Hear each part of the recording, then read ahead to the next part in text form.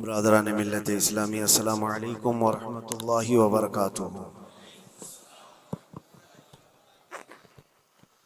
الحمد للہ وکفا وسلام علی حبیبہ المصطفى، اما بعد فاعوذ باللہ من الشیطان الرجیم، بسم اللہ الرحمن الرحیم۔ لن ینال اللہ لحومها ولا دماؤها ولكن يناله التقوى منكم، صدق اللہ مولانا العظیم۔ بارگاہ رسالت معاب صلی اللہ علیہ وسلم میں درود پاک کا ہدیہ پیش کریں۔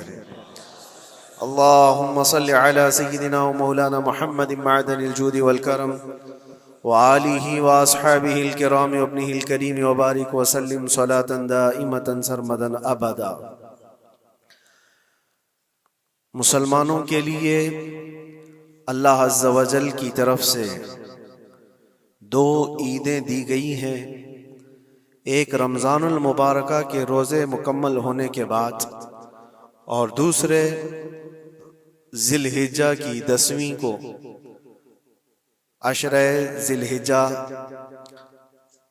جس کو ہم عید الاضحیٰ کہتے ہیں اور اردو میں بقرعید، عید قربان کے نام سے جانتے ہیں۔ یہ دو عیدیں اللہ تبارک و تعالیٰ کی طرف سے مسلمانوں کو دی گئی ہیں۔ ان عیدوں کے دنوں میں روزہ رکھنا بھی جائز نہیں ہے، خوشیوں کے دن۔ اور یہ جو ایام چل رہے ہیں پہلی ذی الحجہ سے لے کر 10ویں ذی الحجہ تک، اس کا ذکر تو اللہ تعالیٰ نے قرآن میں یوں فرمایا، والفجر ولیال عشر، فجر کی قسم اور 10 راتوں کی قسم۔ اور وہ 10 راتیں کون سی ہیں؟ پہلی ذی الحجہ سے لے کر 10ویں ذی الحجہ تک کی رات، یہ 10 راتیں اتنی عظمت والی ہیں کہ اللہ خود ان کی قسم فرما رہا ہے، اللہ ان کی قسم یاد فرما رہا ہے۔ اور ان ایام میں جو اعمال کیے جاتے ہیں اللہ کی بارگاہ میں مقبول ہوتے ہیں۔ یہ حرمت والے مہینوں میں سے ایک مہینہ ہے۔ زمانے جاہلیت میں بھی ان مہینوں میں جنگ و جدال نہیں کیا جاتا تھا۔ کوئی بھی جنگ چل بھی رہی ہو تو یہ مہینے آتے تو جنگ روک دی جاتی تھی، کیونکہ یہ حرمت والے مہینے ہیں۔ تو ذی الحجہ کے مہینے میں ہم اور آپ ابھی اپنی زندگی کی سانسیں لے رہے ہیں، لیکن قربانی کے متعلق جیسے کہ لوگوں کے دل و دماغ میں ایک کانسیپٹ اور پھر پھیلایا ہوا ایک کانسیپٹ اور اسلامی کانسیپٹ، تینوں میں کیا چیزوں کا فرق ہے؟ اسلام کون سی قربانی چاہتا ہے؟ لوگوں نے کیا پروپیگنڈا پھیلایا ہے اور عوام کے ذہن میں کیا بیٹھا ہوا ہے؟ تینوں کو ہم تھوڑا سرسری نظر سے دیکھتے ہیں۔ سب سے پہلی چیز تو یہ ہے، اسلام جس قربانی کی بات کر رہا ہے، قرآن میں اللہ فرماتا ہے لن ینال اللہ لحومها ولا دماؤها، نہ تمہارا گوشت نہ تمہارا بہایا ہوا خون اللہ تک پہنچتا ہے، وَلَكِنْ يَنَالُهُ التَّقْوَى مِنْكُمْ، بلکہ اس کے پیچھے جو تمہارا تقوی ہے وہ اللہ تک پہنچتا ہے۔ تمہاری نیت دیکھی جا رہی ہے، تمہارا اخلاص دیکھا جا رہا ہے۔ اسی لیے کہا گیا ہے کوئی گوشت کھانے کی نیت سے قربانی کرتا ہے تو اس کی قربانی ہوگی ہی نہیں۔ گوشت کی نیت سے اگر کسی نے قربانی کیا اس کی قربانی نہیں، یا پھر اگر ذبح کرنے کے بعد بیچنے کی نیت کیا گوشت میں سے کچھ حصہ، وہ تجارت کی نیت کیا ہوا ہے، تب بھی اس کی قربانی نہیں ہے۔ قربانی صرف وہ ہے جو خالص اللہ کی رضا کے لیے کرے، جو اللہ تعالیٰ نے حکم فرمایا مجھے اور اللہ کریم کے حکم پر عمل پیرا ہوتے ہوئے میں قربانی کر رہا ہوں، یہ اس نیت کے ساتھ جس نے قربانی کیا اس کی قربانی قبول ہے۔ یہ اسلام چاہتا ہے آپ کی قربانی۔ اور لوگوں کے دل و دماغ میں جو اکثر بیٹھا ہوا ہے وہ یہ ہے کہ موسم آ رہا ہے، سب کر رہے ہیں تو ہم کو بھی کرنا چاہیے۔ اور کچھ لوگ فیشن کے طور پر، کچھ لوگ بچوں کی ضد پر قربانی کر گئے۔ یہ لوگوں کے ذہن و دماغ میں بیٹھا ہوا ہے۔ نہیں میرے عزیزو، جو مالک نصاب ہے اس پر قربانی واجب ہے، یہاں تک کہ اللہ کے نبی صلی اللہ علیہ وسلم نے ارشاد فرمایا استطاعت ہونے کے بعد، مالک نصاب ہونے کے بعد جس نے قربانی نہیں کیا، حضور فرماتے ہیں وہ ہماری عیدگاہ کے قریب بھی نہ آئے۔ حضور اکرم صلی اللہ علیہ وسلم فرماتے ہیں ہماری عیدگاہ کے قریب نہ آئے، اس کے لیے دنیا میں یہ وعید ہے تو آخرت میں اس کا عذاب اور ہے۔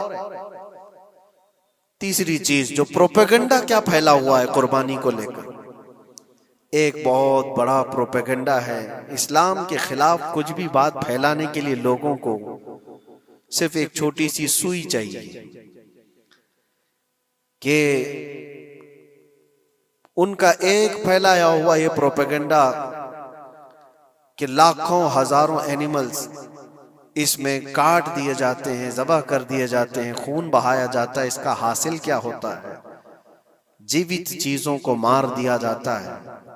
میرے عزیزوں، لوگ یہ باتیں تو صرف اور صرف اسلام کے خلاف کرنے کے لیے پھیلاتے ہیں، جبکہ میں آپ کو بتاؤں دنیا کے تقریباً مذاہب میں قربانی کا کانسیپٹ موجود ہے۔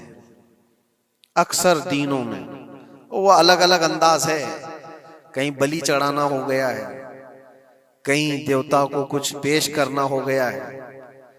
قربانی کا کئی جگہوں پر یہ کانسیپٹ موجود ہے، لیکن کوئی اپنے گریبان میں جھانکتا تھوڑی نہ، دوسرے کے گھر میں جھانکنے کی عادت زیادہ ہوتی ہے۔ اسلام کی قربانی لوگوں کو نظر آتی ہے کہ مسلمان جتنا پریکٹیکل ہے اپنے دین پر، دنیا میں کوئی بھی اپنے دین پر اتنا پریکٹیکل نہیں ہے۔ کوئی بھی اپنے دین پر اس طرح پابندی سے عمل کرنے والا ملتا نہیں۔ جلن اسی بات کی تو ہے کہ کوئی پوسٹر نہیں لگاتے، کوئی اعلان نہیں کرتے، اور جمعہ میں پوری صفحے ان کی بھری نظر آتی۔ کون تمہیں پرچار کر کے جمعہ میں بلاتا ہے؟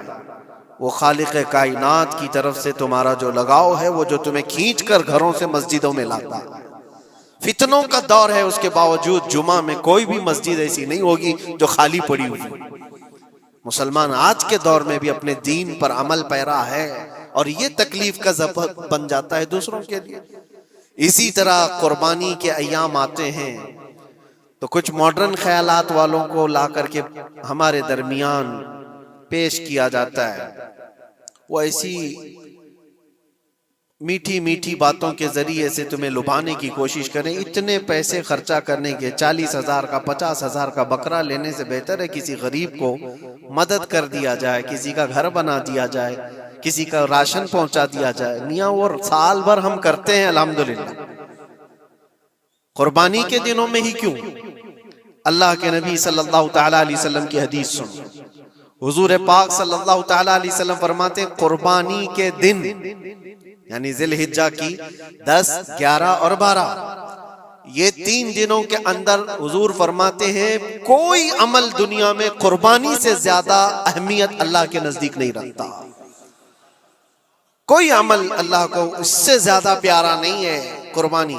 اور ایک بات میں آپ کو بتاؤں، لوگ ہمیں ظالم کی شکل میں پیش کرتے ہیں کہ کاٹ دیتے ہیں، ذبح کر دیتے ہیں۔ ہم اپنی مرضی سے اگر کاٹیں، اپنی خواہش کے لیے کاٹیں تو حرام ہے، اور جس نے خود جان ڈالا ہے اس کے حکم پر کاٹیں تو یہ حرام نہیں ہے، یہ اس کے حکم کی فرمان برداری ہے۔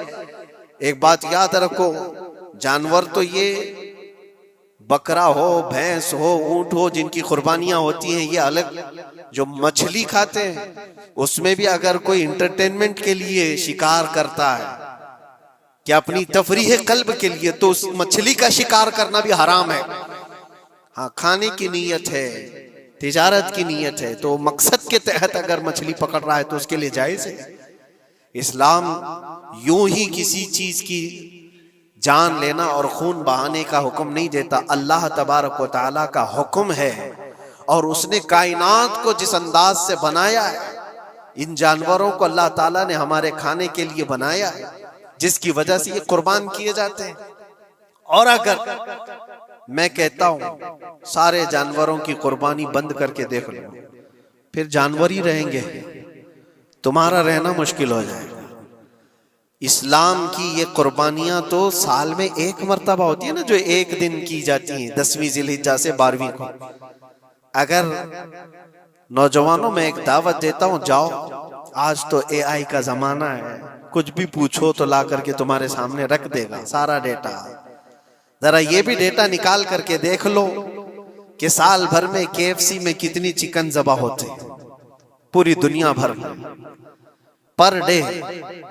میکڈونلڈ صرف چکن ہی نہیں بیچتا، گائے کا گوشت بھی بیچتا ہے پوری دنیا بھر میں، جس کو یہاں پر بھی بہت سینے سے لگا کر کے رکھے گئے ہیں۔ پوری دنیا بھر میں ان کا استقبال ہے، کیونکہ امریکن کمپنیاں ہیں، باپ دادا کی کمپنیاں ہیں، ان کو کوئی آنکھ نہیں دکھا سکتا۔ اور انٹرنیٹ کے ڈیٹا کے حساب سے پر ڈے 68,000 گائے تو میکڈونلڈ ذبح کرتا ہے۔ پر ڈے کی بات کر رہا ہوں، سال بھر کی نہیں۔ سال بھر ان کا ڈیٹا بہت زیادہ ہے، ملینز میں ہے، اور 1 بلین سے زیادہ چکن وہاں پر بھی قربان ہوتی ہیں جو فرائیڈ چکن کھاتے ہیں۔ یہ تو ایک کمپنی کی بات کر رہا ہوں، ایسی بہت ساری کمپنیاں ہیں۔ تو کبھی کسی نے یہ اعتراض کیا کہ یہ کمپنیاں اتنے جانوروں کو ذبح کرتی؟ نہیں، بقرعید کے دن سب کے سینگ نظر آتے ہیں، جانوروں کی محبت امڑ امڑ کر کے آتی ہے۔ سال بھر جو قربان ہو رہے ہیں، کبھی کسی نے آبجیکشن نہیں کیا کہ یہ سارے آؤٹ لیٹس بند کیوں نہیں کر دیے جاتے، یہ ساری دکانیں کیوں نہیں بند کر دی جاتی جو سال بھر ذبح کر رہے ہیں۔ ہاں، ہو سکتا ہے میکڈونلڈ یہاں نہیں ذبح کرتا گائے کو، کیونکہ یہاں پتہ ہے حالات صحیح نہیں ہیں، لیکن دوسری جگہ پر جا کر دیکھیں، سب جگہ پر بیف آسانی سے ان کے ہاں ملتا ہے۔ میں یہ باتیں صرف اور صرف یہ اس لیے کہہ رہا ہوں، پھیلایا ہوا پروپیگنڈا کیا ہے؟ جانوروں سے محبت یہ سکھائیں گے ہمیں؟ اللہ کے نبی صلی اللہ تعالی علیہ وسلم فرماتے ہیں، بنی اسرائیل کی ایک خاتون کو میں نے جہنم میں دیکھا۔ کس بنیاد پر؟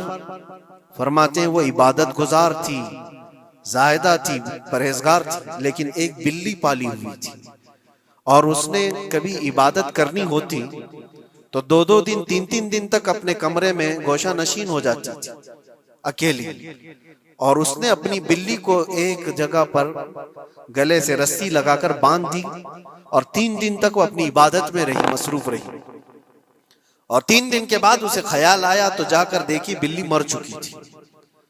حدیث پاک میں صحیح حدیث ہے، اللہ کے نبی صلی اللہ علیہ وسلم فرماتے ہیں صرف اس بنیاد پر اللہ تبارک و تعالیٰ وہ عبادت کرنے والی عورت کو جہنم میں بھیج دیا۔ جو میری مخلوق پر رحم نہیں کرتا وہ رحم کے قابل نہیں ہے۔ یہ سکھائیں گے ہمیں جانوروں پر رحم کرنا؟ ہم جس جانور کو ذبح کرتے ہیں وہ اللہ کے حکم سے کرتے ہیں، اس کے علاوہ کسی بھی جانور کو ظلم کرنا، اللہ کے نبی صلی اللہ تعالیٰ علیہ وسلم کی حدیثوں میں سے یہ ہے کہ جانور پر ظلم کرنا ذمی پر ظلم کرنے سے بڑا ہے۔ اور ذمی کیا ہے؟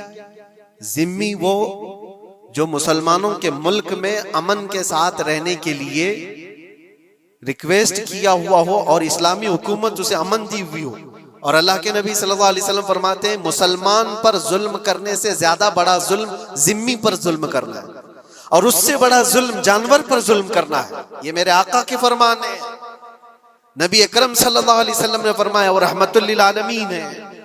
اور ایک بڑی بات میں آپ کو بتاؤں، جو یہ پھیلایا جاتا ہے کہ جانوروں پر ظلم، سیدنا امام غزالی رحمت اللہ تعالی علیہ کی ایک بات میں پڑھ رہا تھا، حجت الاسلام، جن کی کتابیں پڑھ کر کے لوگ اللہ کے ولی بن گئے۔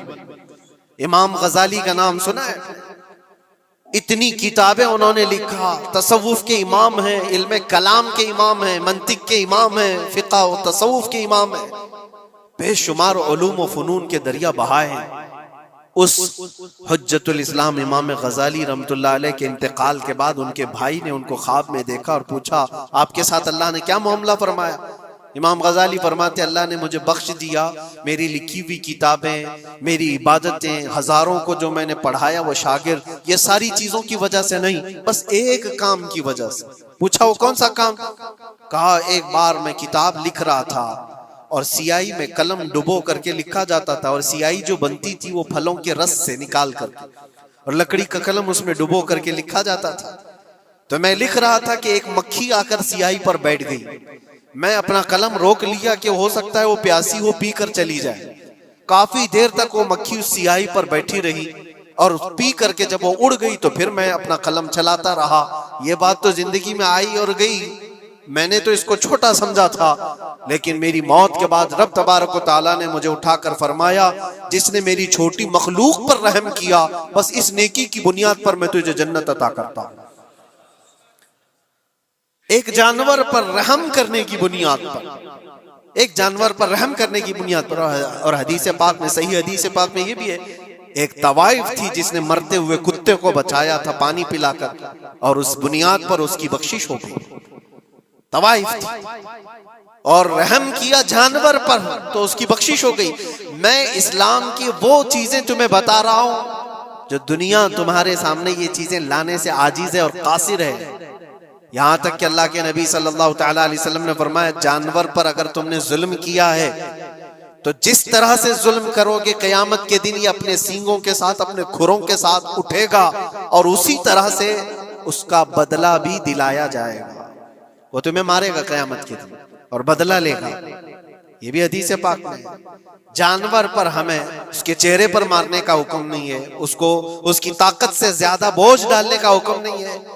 اللہ کے نبی صلی اللہ تعالیٰ علیہ وسلم کے پاس ایک صحابی آئے، اونٹ پالتے تھے، کہا ایک اونٹ بہت سرکش ہو گیا ہے، اور جب اونٹ سرکش ہو جاتا ہے نا کسی کی کھوپڑی کھینچ لیتا ہے، ہاں وہ اسی وقت سر کو پکڑ لیا تو آدمی وہیں ختم ہو جائے، وہ کسی کے قابو میں نہیں آ رہا تھا، حضور کے پاس آئے، رسول پاک صلی اللہ علیہ وسلم نے فرمایا چلو میں چلتا ہوں دیکھتا ہوں۔ صحابہ کہتے ہیں حضور جب چلنے لگے تو ہمیں خوف ہوا، ڈر ہوا کہ یہ اونٹ بدک گیا ہے، سرکش ہے، کہیں کچھ نقصان نہ پہنچا ہے، اور تنہا میرے مصطفیٰ صلی اللہ علیہ وسلم آگے بڑھتے چلے گئے۔ صحابہ کہتے ہیں ہمیں ڈر لگ رہا تھا، لیکن میرے عزیزوں وہ رحمت للعالمین ہے، سب کی رحمت بن کر آئے۔ نبی پاک صلی اللہ تعالیٰ علیہ وسلم جب قریب گئے تو اونٹ کوئی سرکشی نہیں کیا، کچھ نہیں۔ حضور پاک صلی اللہ تعالیٰ علیہ وسلم کے چہرے کے پاس اپنا منہ کرتا ہے اور اپنی زبان کو چپڑ چپڑ چپڑ کرتے ہوئے اپنی زبان ہلا رہا ہے، اور حضور پاک صلی اللہ تعالیٰ علیہ وسلم ایسے سنتے جا رہے ہیں جیسے کسی دانشور کی بات سن رہے ہیں۔ پھر نبی پاک صلی اللہ علیہ وسلم اونٹ کے مالک کی طرف متوجہ ہوئے اور کہا یہ اونٹ تیری شکایت کر رہا ہے، یہ اونٹ تیری شکایت کر رہا ہے، یہ سرکش اس لیے ہوا کہ تو اس کی طاقت سے زیادہ بوجھ اس پر ڈالتا ہے اور کھانا اس کو کم دیا کرتا ہے۔ کیا یہ بات صحیح ہے؟ وہ جو بدو تھے، جو اونٹ کے مالک تھے، انہوں نے چہرہ جھکا لیا اور کہا وعدہ کرتا ہوں حضور پاک صلی اللہ علیہ وسلم سے کہ اس سے زیادہ، اس کی طاقت سے زیادہ بوجھ نہیں ڈالوں گا، اور اس کا چارہ، اس کے کھانے کا انتظام روزانہ کیا کروں گا۔ نبی پاک صلی اللہ علیہ وسلم نے اس اونٹ کی رسی پکڑی اور مالک کو دے دیا، پھر وہ اونٹ اسی طرح تابعدار ہو کر نکل پڑا۔ یہ اسلام میں میرے آقا صلی اللہ تعالیٰ علیہ وسلم کا عدل تو دیکھو، ان کی طاقت سے زیادہ کا بوجھ ڈالنے کا حکم نہیں ہے۔ اور دنیا یہ پروپیگنڈا پھیلائی ہوئی ہے کہ یہاں جانوروں کو کاٹا جاتا ہے، جو ذبح کرنے کا حکم ہے وہ اللہ کے حکم سے ہے۔ میرے رب تبارک و تعالیٰ نے خود جان ڈالی، ہماری جان کا بھی وہی مالک ہے، جانوروں کے جان کا بھی وہی مالک ہے۔ اگر اللہ کا حکم نہ ہوتا تو ہمیں چونٹی مارنے کی بھی اجازت نہیں، اللہ کا حکم نہ ہوتا تو ہمیں کسی کو بھی قربانی کرنے کی اجازت نہیں ہوتی۔ یہ رب تبارک و تعالیٰ کا حکم ہے، تو ظاہر سی بات ہے ہم اللہ کے بندے ہیں۔ رب تبارک و تعالیٰ جانوروں کی قربانی کا حکم دیا، اس لیے ہر سال بقرعید میں مسلمان قربانی کرتے ہیں۔ اگر اللہ چاہے تو اپنے بیٹوں کی قربانی کا بھی حکم دے دے، اور دیا ہے رب تعالیٰ نے، اور وہ بھی کر کے دکھایا سیدنا ابراہیم علیہ السلام۔ اللہ تبارک و تعالیٰ اگر حکم دے تو کیا تم ایسے مسلمان نہیں ہو؟ مسلمان کا مطلب ہوتا ہے سر جھکانے والا اللہ کے حکم کے آگے، یہ نہیں پوچھے گا کہ کیوں ہے اور کیسے ہے۔ مسلم کہتے ہیں اپنا سر جھکا دیا اللہ کی بارگاہ میں، اس کے حکم کے آگے۔ اللہ تبارک و تعالی ہماری جانوں کا مالک ہے، اگر وہ چاہتا تو ہماری قربانی کا حکم دیتا، ہمارے اولاد کا، لیکن رب تبارک و تعالی نے یہ سنت ابراہیمی پر پوری دنیا کو ثواب دینے کے لیے جانوروں کی قربانی کا حکم عطا فرمایا۔ میرے آقا صلی اللہ تعالی علیہ وسلم کے پاس ایک صحابی حضرت زید بن ارقم آئے اور پوچھا یہ قربانی کیا ہے میرے آقا؟ حضور اکرم صلی اللہ علیہ وسلم نے فرمایا جس جانور کی کی قربانی کرو گے اس کے ہر بال کے بدلے تمہیں اللہ ایک نیکی عطا فرمائے گا۔ جتنے اس کے جسم میں بال ہوں گے ہر بال کے بدلے اللہ تمہیں ایک نیکی عطا فرمائے گا۔ اور حضور اکرم صلی اللہ تعالی علیہ وسلم نے یہ بھی ارشاد فرمایا کہ تم جانور کا انتخاب اچھا کرو، اس لیے کہ کل بروز قیامت پل صراط پر یہ تمہاری سواری بن کر آئے گا، جس پر بیٹھ کر تم جنت میں جا رہے ہوگے۔ اور لوگ یہ بھی پوچھتے ہیں ہم نے ایک بار قربانی کی ہے تو وہاں سواری کون سی والی آئے گی؟ یہ بھی ملتا ہے روایت میں، تم نے اپنی زندگی میں جو سب سے پہلے قربانی کی ہے اس پر سوار ہوگے، لیکن ہر سال کی قربانی والے جانور بھی سواری بن کر تمہارے ارد گرد آئیں گے، وہ سب ہوں گے، تم انتخاب کرو جس پر سوار ہونا چاہو۔ اسی لیے قربانی میں عیب والے جانور کی قربانی جائز نہیں، لنگڑا ہو، لولا ہو، کان کٹا ہوا ہو۔ کیوں جائز نہیں ہے؟ دنیا تو یہ سمجھتی ہے کٹنے والا جانور وہ ہونا چاہیے جو ریجیکٹڈ ہو، جس کو کاٹا جا رہا ہے وہ دنیا میں کام کے لائق نہ ہو، اس کو کاٹنا چاہیے۔ دنیا کا یہ کانسیپٹ ہے، دنیا کا تصور یہ ہے۔ لیکن نہیں، اگر کوئی اپنے استعمال کے لیے کاٹ رہا ہوتا تو میں کہتا ہاں ریجیکٹڈ مال کاٹ لو، لیکن ذبح جو ہم کرتے ہیں قربانی میں وہ اپنے لیے نہیں، وہ رب ذوالجلال کے لیے ہے۔ اسی لیے بندہ یہ دیکھے میں اپنے رب کی حضور کیا پیش کر رہا ہوں۔ تم اگر کوئی ہدیہ تحفہ خریدنے جاتے ہو اپنے کسی عزت دار شخص کے لیے تو انتخاب سوچ سمجھ کر کے کرتے ہو کہ جس کو میں دینے جا رہا ہوں یہ کتنا ویلیو والا ہونا چاہیے، کتنا عزت والا ہونا چاہیے، اور جو رب تعالیٰ کی بارگاہ میں پیش کر رہے ہو اس کا بھی آپ خیال رکھو۔ اسی لیے لوگ کام چلانے کی باتیں تو بہت کرتے ہیں۔ قربانی کے متعلق کچھ باتیں ہیں جو مجھے آج عرض کرنی تھی، اس لیے میں نے آج اس موضوع پر آپ سے خطاب کیا۔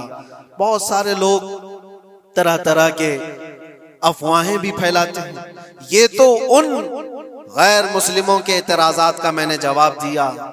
دنیا بھر میں ہمارے اوپر الزام کہ یہ لاکھوں جانوروں کو ایسی ذبح کر دیتے، کاٹ دیتے ہیں، لیکن میرے عزیزو یہی وہ دنیا ہے جو ایک طرف تو جانوروں کی حمایت اور محبت کی بات کرتی ہے، اور دوسری طرف ان کے بڑے بڑے ملٹی نیشنل کمپنیاں جانوروں کو بے دریغ ذبح کرتے ہیں، قتل کر رہے ہیں، اور کھانے میں بھی استعمال کر رہے ہیں۔ اور صرف اتنا ہی نہیں، سارے جانوروں کی کھالیں، لیدر کی بیگ، لیدر کے جوتے، لیدر کے بیلٹ، لیدر کی ٹوپیاں، لیدر کے جاکٹ سب بنا کر کے دنیا پہن رہی ہے، اور قیمتی چیزوں میں اس کو شمار کیا جاتا ہے۔ ان سے کوئی سوال نہیں کرتا کہ یہ سب چیزیں کہاں سے تم لائے، یہ سب چیزیں تم کہاں سے لائے؟ کیا بغیر کسی جانور کے ذبح کیے ہوئے اس کی کھال کا استعمال کرتے ہو؟ لیدر کا استعمال تو ساری دنیا بڑے فخر سے کر رہی ہے، حتیٰ کہ گھروں کے استعمال کرنے والے صوفے اور کرسیوں پر تک استعمال ہے، اپنی بیٹھنے والی گاڑیوں میں کار کی سیٹ پر تک استعمال ہے۔ تمہارے پہننے والے جوتے، تمہارے پہننے والے بیلٹ، تمہارے پہننے والے جاکٹ، سب جگہ تمہارا استعمال ہے۔ اور صرف میں یہ نہیں کہہ رہا کہ دنیا میں صرف مسلمان استعمال کرتے ہیں، ساری دنیا لیدر کا استعمال کرتی ہے۔ یہ لیدر کہاں سے آتا ہے؟ تو یہ دغلا پن، یہ جو ڈبل رول ہے، ڈبل سٹینڈ، ایک طرف حمایت کی بات کرنا اور دوسری طرف بے دریغ ذبح بھی کرنا، یہ سب چیزیں دنیا کو بیوقوف بنانا اور اسلام کے خلاف ایک پروپیگنڈا پھیلانا۔ لیکن اے مسلمانوں، ذہن و دماغ میں کسی ایسے ماڈرن کلچر کے ایسا کوئی فریفتہ ہو، اس کی باتوں میں آ کر تم یہ سوچو کہ نہیں اتنے پیسے میں قربانی کے بجائے صدقہ کر دوں، کسی غریب کو دے دوں، ناجائز ہے۔ تمہارے اوپر سے قربانی کا وجوب ختم نہیں ہوگا، وہ اسی طرح سے باقی رہے گا اور گنہگار بھی رہو گے۔ اللہ کریم سے زیادہ تم رحم کرنے والے نہیں ہو، اللہ ارحم الراحمین ہے۔ اللہ ارحم الراحمین ہے، جب وہ حکم عطا فرما رہا ہے تو کیا تمہارے دل میں اس سے بھی زیادہ رحم ہے؟ تو قربانی کے دنوں میں صرف قربانی ہی ہوگی۔ اب کچھ جو چیزیں ایسی ہیں پھیلائی گئی، دیکھیں ایک بات میں آپ کو بتاؤں، اللہ کے نبی صلی اللہ تعالی علیہ وسلم رحمت للعالمین ہیں، سب کا ماننا عقیدہ ہے۔ وہ رحمت للعالمین رسول صلی اللہ علیہ وسلم نے خود اپنے ہاتھوں سے قربانی فرمائی، اور ایک دو نہیں، 100 اونٹ آئے تھے، جس میں سے 63 اونٹوں کو میرے آقا صلی اللہ علیہ وسلم نے نحر فرمایا، 63 اونٹوں کو خود حضور نے ذبح فرمایا، اور اس کے بعد حضرت علی مرتضیٰ شیر خدا رضی اللہ تعالیٰ عنہ کو دیا، باقی کے اونٹوں کو تم ذبح کرو۔ نبی پاک صلی اللہ تعالیٰ علیہ وسلم نے یہ جو 100 اونٹوں کو ذبح فرمایا تھا یہ اپنے حج کے موقع پر، اور اس کے علاوہ ایک حدیث پاک میں یہ بھی ہے حضور اکرم صلی اللہ علیہ وسلم نے جو 2 چت کبرے بکرے ذبح کیے تھے۔ چت کبرے کس کو کہتے ہیں؟ 2 کلر والے، بلیک اینڈ وائٹ جو ہوتے ہیں، ابلق ان کو کہتے ہیں عربی میں۔ 2 مینڈے ذبح فرمائے، ایک نبی پاک صلی اللہ تعالیٰ علیہ وسلم نے اپنی جانب سے قربان فرمایا اور دوسرا پوری امت کی طرف سے قربان فرمایا۔ یہ رسول پاک صلی اللہ تعالیٰ علیہ وسلم کے، اسی لیے تو میں عرض کرتا ہوں میرے عزیزو، ہمارے امام نے سچ کہا، جو نہ بھولا ہم غریبوں کو رضا، یاد اس کی اپنی عادت کیجئے۔ قربانی سال میں 1 مرتبہ ہو رہی ہے، رسول پاک صلی اللہ تعالیٰ علیہ وسلم قربان کر دیتے اپنے نام سے، وہ تو کیا ہی، لیکن قیامت تک آنے والی اپنی امت کی طرف سے بھی خود اپنے ہاتھ سے قربانی فرمائے۔ آج امت یہ پوچھتی ہے میرے عزیزوں، قربانی کے لیے 1400 سال پہلے تمہارے رسول نے تمہاری جانب سے قربانی کی، اور اللہ نے جس کو استطاعت دی، جس کو طاقت دی، میں یہ چاہتا ہوں کہ تمہارے اوپر جو قربانی واجب ہے اپنی قربانی کرو، ساتھ میں ایک اور قربانی میرے مصطفیٰ کی طرف سے کرو، حضور اکرم صلی اللہ علیہ وسلم کی طرف، جبکہ ان کے احسان کا بدلہ پوری امت نہیں ادا کر سکتی، لیکن ہم ہدیہ تشکر کے طور پر اپنی طرف سے پیش کر سکتے ہیں۔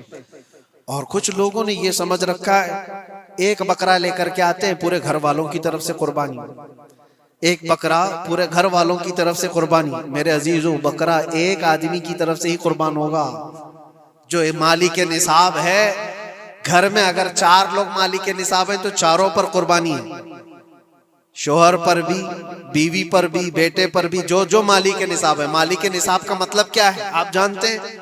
جس کے پاس 52.5 تولہ چاندی یا 7.5 تولہ سونا یا اس کے برابر کی قیمت ہو، دونوں میں سے کسی ایک کے برابر کی قیمت ہو۔ اس زمانے میں آپ کیلکولیٹ کر لو 52.5 تولہ چاندی کی قیمت کیا ہو سکتی ہے۔ اتنی اگر تمہارے پاس رقم ہے، اتنی مالیت ہے تمہارے پاس، تو تم مالک نصاب ہو اور تمہارے اوپر قربانی واجب ہے۔ قربانی تمہارے اوپر واجب ہے، اور قربانی واجب ہونے کے لیے سال بھر پیسے ہونا ضروری نہیں، قربانی کے دنوں میں اگر وہ مالک نصاب ہوا تب بھی اس پر واجب ہے۔ زکوٰۃ کا حکم الگ ہے، قربانی کا حکم الگ ہے، اور پورے گھر کی طرف سے ایک بکرا قربان کیا تو کسی کا بھی نہیں ہوا۔ اگر 4 لوگ گھر میں رہتے تھے اور چاروں کی طرف سے ایک بکرا ذبح کیا اور چاروں کا نام لیا گیا ہے تو کسی کے نام سے قربانی نہیں ہوئی، کیونکہ پرٹیکولر ایک ہی کی طرف سے قربانی ہو سکتی ہے۔ ہاں، بڑے جانور میں 7 حصے ہو سکتے ہیں، وہ اونٹ ہوا یا بیل بھینس، یہ جو بڑے جانور ہیں ان جانوروں میں 7 حصے ہو سکتے ہیں، اور ان میں شریک ہونا جائز ہے۔ لیکن 7 لوگ جو شریک ہو رہے ہیں ان کے لیے بھی شرط ہے کوئی ایک بندہ بھی اس میں غلط عقیدے والا بھی نہ ہو اور گوشت کی نیت سے شریک نہ ہوا ہو، بلکہ سب قربانی کی نیت سے آئے ہوں تو سب کی قربانی ہوگی۔ یہ خیال بھی رہے ضروری ہے۔ اب حالات ایسے آ گئے کہ سب کے لیے ایک بکرا لینا اگر طاقت کے بھر نہیں ہے، استطاعت نہیں ہے، تو وہ بڑے جانور میں حصہ لے سکتے، جہاں پر یہ قربانیاں ہو رہی ہیں شریک ہو سکتے۔ کچھ لوگوں نے یہ پروپیگنڈا بھی پھیلایا ہے ہمارے درمیان میں سے کہ بڑے کی قربانیاں جو ہوتی ہیں اجتماعی قربانیاں، یہ جائز نہیں ہے، آدمی کو اپنی قربانی کے وقت سامنے ہونا ضروری ہے۔ ایسی باتیں پھیلائی گئی ہیں۔ میں آپ کو حدیث پاک سناتا ہوں۔ اللہ کے نبی صلی اللہ تعالیٰ علیہ وسلم نے ارشاد فرمایا حضرت فاطمہ سے، کہا ہے فاطمہ اپنی قربانی کے وقت سامنے رہو، قربانی کے خون کا قطرہ زمین پر گرنے سے پہلے اللہ تعالیٰ تمہارے پچھلے سارے گناہ معاف فرمائے گا۔ حدیث پاک ہے، لیکن ساتھ میں دوسری حدیث یہ بھی ہے، نبی پاک صلی اللہ تعالیٰ علیہ وسلم نے اپنی قربانی کا وکیل حضرت علی کو بنایا تھا کہ اپنی نیابت دے دی کہ میری طرف سے تم قربانی کرو۔ اس طرح سے جو مسلمان استطاعت نہیں رکھتا خود کرنے کی، وہ اپنی جانب سے کسی دوسرے کو وکیل بنا سکتا ہے، شرعاً جائز ہے۔ کسی کو بھی وکالت دی جا سکتی، نیابت دی جا سکتی ہے، میرے طرف سے تم قربانی کرو۔ جیسے کہ گھر میں کوئی عورت مالک نصاب ہے، اگر یہ حکم ہوتا کہ عورت خود جا کر کے کرے تو کہاں سے کرتی؟ عورت کسی کو وکیل بنا سکتی ہے، اپنے شوہر کو کہہ دی یا کسی کو دے دیا پیسے کہ میری جانب سے تم قربانی کرو، یہ جائز ہے بالکل۔ جن لوگوں نے یہ پروپیگنڈا پھیلایا ہے ہمارے درمیان میں کہ قربانیاں نہیں ہوتی، وہ جاہل لوگ ہیں، پڑھے لکھے لوگ نہیں۔ شرعی مسائل کو جانے بغیر اس طرح کی باتیں عوام الناس میں، عوام المسلمین میں پھیلانا یہ گناہ ہے۔ ہاں اس بات کو یاد رکھیں، جو وکیل ہے قربانی کا، اس کے اوپر ذمہ داری ہے کہ وہ جتنے لوگوں کی قربانی کر رہا ہے جانور شریعت کے مطابق کا لے، عیب دار جانور کی قربانی نہ کرے، لاغر ہو، کمزور ہو، سینگ ٹوٹا ہوا ہو، کان کٹا ہوا ہو، پیر کٹا ہوا ہو، دم کٹی ہوئی ہو، یا اتنا کمزور کہ چل نہیں سکتا، کھڑا نہیں ہو سکتا، ایسا عیب دار جانور نہ لے۔ یہ وکیل کی ذمہ داری ہے جو سب کی طرف سے قربانی کر رہا ہے۔ اور دوسری چیز، عیب کس کو کہتے ہیں؟ عیب کس کو؟ کان میں اگر سوراخ ہے تو وہ مکروہ ہے لیکن قربانی ہے اس کی۔ ہاں سینگ اگر بچپن اس کے پیدائشی نہیں آئے تھے تو جائز ہے اس کی قربانی، آئے تھے اور ٹوٹ گئے تو اس کی مقدار بتائی گئی ہے، 1/3 حصہ اگر ٹوٹا ہے تو اس وقت تک جائز ہے، اس سے زیادہ جڑ سے ٹوٹے ہوئے ہیں تو قربانی جائز نہیں۔ کوئی پیر پورا کٹا ہوا ہے، دم پوری کٹی ہوئی، یہ عیب میں آتا ہے، عیب دار جانور کی قربانی جائز نہیں۔ یہ وکیل کرے گا، نہیں کرے گا تو وہ گنہگار ہے، لیکن اس کا مطلب یہ نہیں ہوتا کہ اجتماعی قربانی جائز ہی نہیں، جائز ہی نہیں۔ ایسی باتیں کیوں پھیلائی جاتی ہیں؟ حدیث پاک میں ملتا ہے کہ نیابت اور دوسرے کو وکالت دینا جائز ہے۔ اب کچھ لوگ یہ بھی پھیلاتے ہیں کہ قربانی کے جو حصے لیے جاتے ہیں، گوشت دیا جائے تو اس کی قیمت الگ ہوتی ہے، گوشت نہ لو تو اس کی قیمت الگ ہوتی ہے، یہ سب پھیلی ہوئی چیزیں ہیں۔ اس کا ریزن بھی پتہ کرنا چاہیے، ایسی بغیر علم کے بات کرنے سے۔ 4000 5000 روپے کا ایک حصہ آتا ہے اگر شہر میں کوئی بڑا جانور ذبح کرے، کیونکہ مہنگا ملتا ہے بیل، اور باہر جب جا کر کے کوئی ذبح کر رہا ہے تو وہی ایک حصہ 1500 روپے میں 2000 میں ہو جاتا ہے۔ تو کچھ لوگوں کو یہ غلط فہمی پھیلائی جاتی ہے کہ یہ لوگ کرتے ہی نہیں ہیں اور ایسے پیسے وصولتے ہیں، ایسا نہیں۔ دور دراز کچھ علاقے ایسے ہیں، بنگال ہے، اڑیسہ ہے، اور بھی کئی علاقے بہار کے، جہاں پر بڑے جانور نہایت ہی سستے دام میں ملتے ہیں، بلکہ وہاں پر جانوروں کی قیمت صرف 5000 6000 اور 10000 کے نیچے ہوتی ہے، بڑے جانوروں کی جو ہم نے دیکھے ہیں۔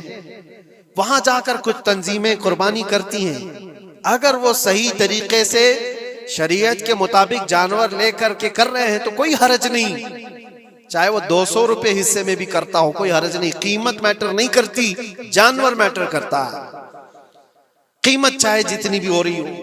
اس چیز کو آج وضاحت کرنا ضروری تھا، اس لیے میں نے آپ کے سامنے بیان کیا۔ غلط فہمیوں میں نہ پھیلے، غلط فہمیاں نہ پھیلائیں، خود بھی بچیں۔ ہاں افضل کیا ہے؟ افضل تو یہ ہے کہ اللہ نے تم پر واجب کیا، تم جاؤ اپنے ہاتھ سے کرو، تم جاؤ، کیونکہ حدیث پاک میں ملتا ہے کہ تم اپنے ہاتھ سے قربانی کرو اگر طاقت رکھتے ہو، اس کے خون کا قطرہ گرنے سے پہلے تمہارے پچھلے سارے گناہ اللہ معاف فرمائے گا۔ یہ افضل ہے۔ یہ ساری باتیں تھیں جو عید قربان سے ریلیٹڈ تھیں۔ اللہ کریم ہم سب کو اس کی رضا کے لیے قربانی کرنے کی توفیق عطا فرمائے۔ لیکن ساتھ میں ایک بات یہ بھی یاد رکھیں، جب بندہ قربان کر رہا ہوتا ہے تو اس کے اندر یہ نیت بھی ہو، جیسے سیدنا ابراہیم علیہ الصلوۃ والتسلیم کو اللہ تعالیٰ نے کیا فرمایا تھا؟ 4 پرندے لو، ان کو ذبح کرو، ان کے سر اپنے پاس رکھو، ان کا قیمہ بنا کر 4 پہاڑوں پر رکھاؤ، اور پھر ان پرندوں کا نام لے کر کے بلاؤ، وہ زندہ ہو کر کے آ جائیں گے۔ کیونکہ ابراہیم علیہ السلام نے اللہ سے پوچھا تھا کہ اللہ تم مرنے کے بعد لوگوں کو زندہ کیسے کرتا ہے، میں دیکھنا چاہتا ہوں۔ تو رب تعالیٰ ان کو پریکٹیکل دکھانا چاہ رہا تھا کہ جاؤ ٹھیک ہے، ذبح کرو 4 پرندے اور ان کا قیمہ بنا دو، سر ان کے اپنے پاس رکھ لینا، اور ان کا قیمہ 4 پہاڑوں پر رکھ کر آؤ، اور پھر آ کر ان سروں کے پاس کھڑے ہو کر ان پرندوں کے نام لے کر بلاؤ، وہ آ جائیں گے۔ ابراہیم علیہ السلام نے اسی کیا، 4 پرندے لیے تھے۔ کیا کیا لیے تھے آپ کو میں بتاؤں، ایک مرغا تھا، ایک کوا تھا، ایک کبوتر تھا اور ایک مور تھا۔ پرندوں کے نام یاد رکھ لیں، کوا ہے، مرغا ہے، کبوتر ہے اور مور ہے۔ چاروں کو ذبح کیا، ان کے سر اپنے پاس رکھے اور جسم کے سب قیمہ بنا دیا اور 4 جگہ پر مکس کر کے ان کو رکھا ہے۔ پھر آ کر یہاں کھڑے ہوئے اور پکارا ان پرندوں کا نام لے کر، اللہ کے حکم سے آ جاؤ۔ وہ قیمہ ہوا میں اڑا، جسم بنا اور ویسی بغیر سر کے اڑتا ہوا آیا اور اپنے اپنے سر سے جڑ کر کے وہ زندہ پرندہ ہو گیا۔ قرآن پاک میں یہ ہے موجود، 3 پارے میں رب تبارک و تعالیٰ نے فرمایا وَإِذْ قَالَ إِبْرَاهِيمُ رَبِّ أَرِنِي كَيْفَ تُحْيِي الْمَوْتَى قَالَ أَوَلَمْ تُؤْمِنْ قَالَ بَلَىٰ قَالَ وَلَٰكِنْ لِيَطْمَئِنَّ قَلْبِي قَالَ فَخُذْ أَرْبَعَةً مِّنَ الطَّيْرِ فَصُرْهُنَّ إِلَيْكَ ثُمَّ اجْعَلْ عَلَىٰ كُلِّ جَبَلٍ مِّنْهُنَّ جُزْءًا ثُمَّ ادْعُهُنَّ يَأْتِينَكَ سَعْيًا وَاعْلَمْ أَنَّ اللَّهَ عَزِيزٌ حَكِيمٌ۔ یہ اللہ تبارک تعالیٰ نے پورا قرآن میں فرمایا کہ ابراہیم علیہ السلام نے یہ جو کیا۔ اب سنیے، سبع سنابل شریف میں میر عبد الواحد بلگرامی رحمۃ اللہ علیہ لکھتے ہیں کہ 4 پرندوں کا جو انتخاب ہوا تھا نا، 4 پرندے جو چنے گئے تھے، کون سے تھے؟ کوا، مرغا، کبوتر، مور۔ اصل میں جو ہے ان کی ہر ایک کی ایک خاصیت ہے۔ کوا لالچی بہت ہوتا ہے، کوا لالچی بہت ہوتا ہے۔ مرغا اس کے اندر شہوت بہت زیادہ ہے، عورت کی خواہش، مرغے کے اندر خواہش شہوت زیادہ ہوتی ہے، اور کبوتر کے اندر دوستی کرنے کی عادت زیادہ ہوتی ہے، جلدی دوستی کرتا ہے، اور مور کے اندر دکھاوے کی عادت زیادہ ہوتی ہے، اپنی خوبصورتی کا اظہار بار بار کرتا ہے۔ تو یہ 4 چیزیں ان کے اندر ہیں، یہ 4 پرندوں کے اندر۔ صوفیہ اکرام فرماتے ہیں در حقیقت آپ کو حکم تھا ان جانوروں کو ذبح کا نہیں تھا، کوے کی لالچ کو ذبح کرو، مرغے کی شہوت کو ذبح کرو، اور بنا وجہ کے کبوتر کی جو دوستی ہے ہر ایرے غیرے سے، اس دوستی کے کو قطع کرو، اور مور کے دکھاوے کی عادت کو ذبح کرو۔ یہ 4 بری عادتوں کو ذبح کرو تو اللہ کی قدرت کے مشاہدے دیکھنے ملیں گے۔ در حقیقت وہاں پر صوفیہ اکرام میں فرماتے ہیں، اور یہی بات ہے کہ شیطان کو جب کنکریاں مارنے کے لیے حجاج جاتے ہیں، وہ تو ایک پلر ہے جس کو کنکریاں مارتے ہیں، وہاں ایک پلر ہے، اس پلر کو کنکریاں مار کر کے آتے ہیں۔ لیکن میرے عزیزو، تصور یہ ہونی چاہیے زندگی بھر جو شیطان مجھے بہکاتا ہے میں اس کو کنکریاں مار رہا ہوں۔ اگر تمہاری نیت صالح ہوئی اور کنکری لگ گئی تو یقیناً زندگی بھر شیطان کی شرارتوں سے محفوظ ہو جاؤ۔ تم نے اپنے شیطان کو زخمی کر دیا، اسی لیے جس کا حج قبول ہو جاتا ہے اس کی کنکری وہاں سے اٹھا لی جاتی، ورنہ تو 40 لاکھ لوگ 70 کنکریاں مار کر کے آئیں تو پہاڑ بن جانا چاہیے، لیکن کوئی پہاڑ نہیں ہوتا وہاں کنکریوں کا، جا کر دیکھیں، نہ ہی اس کو اٹھایا جا رہا ہے۔ لیکن حدیث پاک میں جس حاجی کا حج قبول ہوتا ہے اس کی کنکریاں اٹھا لی جاتی ہیں، وہ شیطان کو لگ چکی ہے۔ تو نیت کا دار و مدار ہے، اسی لیے سب سے پہلے میں نے آیت یہی پڑھی، رب تعالیٰ فرماتا لن ینال اللہ لحومها ولا دماؤها ولکن ینالہ التقوی منکم، ہرگز ہرگز تمہارا گوشت، تمہارا بہایا ہوا خون اللہ تک نہیں پہنچتا، بلکہ اس کے پیچھے جو تمہاری خالص نیت ہے، جو تقوی ہے، وہ اللہ تک پہنچتا ہے۔ قربانیوں میں یہ نیت کرو کہ رب تبارک و تعالیٰ میں اپنی ساری خواہشات کو ذبح کر رہا ہوں، مولا مجھے بری خواہشات سے زندگی بھر محفوظ فرما دے۔ وآخر دعوانا ان الحمدللہ رب العالمین۔ السلام علیکم۔ قربانی کے وجوب کے ساتھ، یعنی جس کے اوپر قربانی واجب ہے وہ بھی اور جس کے اوپر نہیں واجب ہے وہ بھی، ذی الحجہ کا چاند نظر آتے ہی وہ اپنے بال، ناخن وغیرہ نہ تراشے۔ اس کی وجہ یہ ہے کہ حجاج کرام کی مشابہت ہے کہ جو حاجی حج کے لیے گئے ہوئے ہوں یا احرام کی حالت میں ہوتے ہیں، وہ اپنے بال، ناخن وغیرہ سب نہیں تراشتے، نہ کاٹتے ہیں۔ تو ان کی مشابہت میں یہ حکم ہے، اور یہ کوئی واجب نہیں ہے، مستحب ہے۔ کرے گا تو ثواب ہے، نہیں کرے گا تو اس پر کوئی اس کی پکڑ نہیں ہے۔ ان 10 دنوں کے اندر اگر کوئی ایسا ہو گیا ہے کہ اس کے ناخن زیادہ بڑے ہو چکے ہیں یا بال زیادہ ہو چکے ہیں اور کاٹنا ضروری ہو گیا ہے، اور ویسے بھی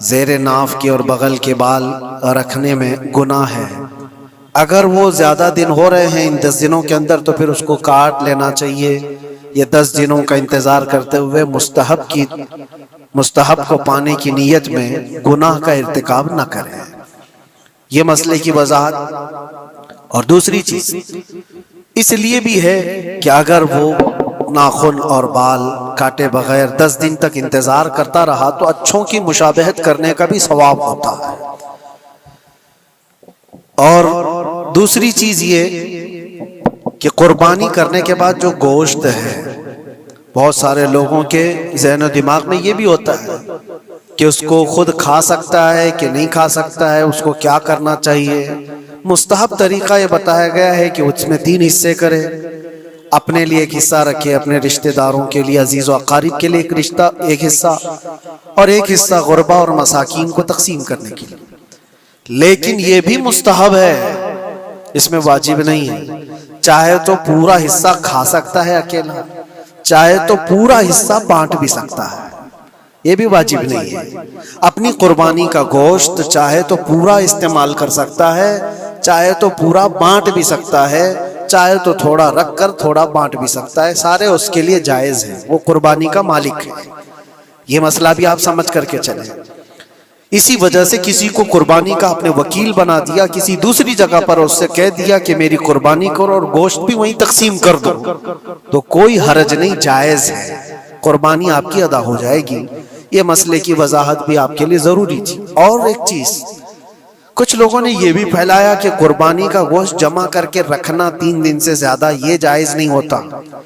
پہلے نبی پاک صلی اللہ علیہ وسلم نے منع فرمایا تھا، لیکن حدیث پاک میں حضور نے فرمایا قربانی کرو، گوشت کھاؤ بھی اور گوشت جمع کر کے رکھنا چاہو تو رکھ بھی سکتے، اس میں کوئی حرج نہیں۔ قربانی کا گوشت چاہے تو وہ جمع کر کے رکھ بھی سکتا ہے۔ ہاں، قربانی کے جو دن ہیں وہ 3 ہی دن ہیں، بعض لوگوں نے 4 بھی لا کر کے ابھی پیش کیا ہے۔ کسی صاحب فکر نے یہ نیا مسئلہ پیش کیا ہے جماعت اہل حدیث کی طرف سے غالباً کہ 4تھے دن بھی قربانی ہو سکتی ہے، یعنی 10 ذی الحجہ، 11 کو، 12 کو اور پھر 13 کو بھی۔ اور اسی طرح سے بڑھتے ہوئے کوئی اور جماعت آئے گی وہ 15 کو بھی کر ڈالے گی۔ لیکن ایام نحر جو ہیں وہ 3 ہی دن کے، 10، 11 اور 12۔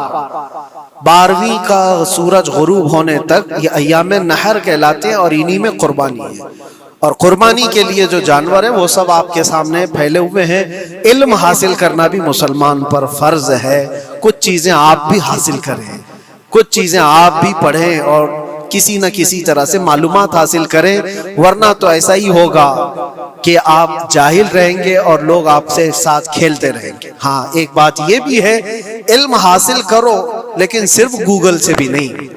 صرف گوگل سے حاصل کرنے والا تو پھر وہ مرغی کی بھی قربانی کرتا ہے، انڈے کی بھی کرتا ہے، صرف گوگل کے شاگرد جو ہوتے ہیں۔ اسی لیے معقر علماء اہل سنت سے تمہارا رابطہ بھی ہونا ضروری ہے۔ علم آپ انٹرنیٹ سے حاصل کرو، کراس ویریفیکیشن علماء کے پاس سے کر لو، میں نے یہ پڑھا ہے، یہ صحیح ہے یا نہیں، یہ حدیث میں ہے یا نہیں۔ انشاءاللہ العزیز آپ سیدھے راستے پر قائم رہیں گے۔ اللہ تعالیٰ اس کی برکت عطا فرمائے۔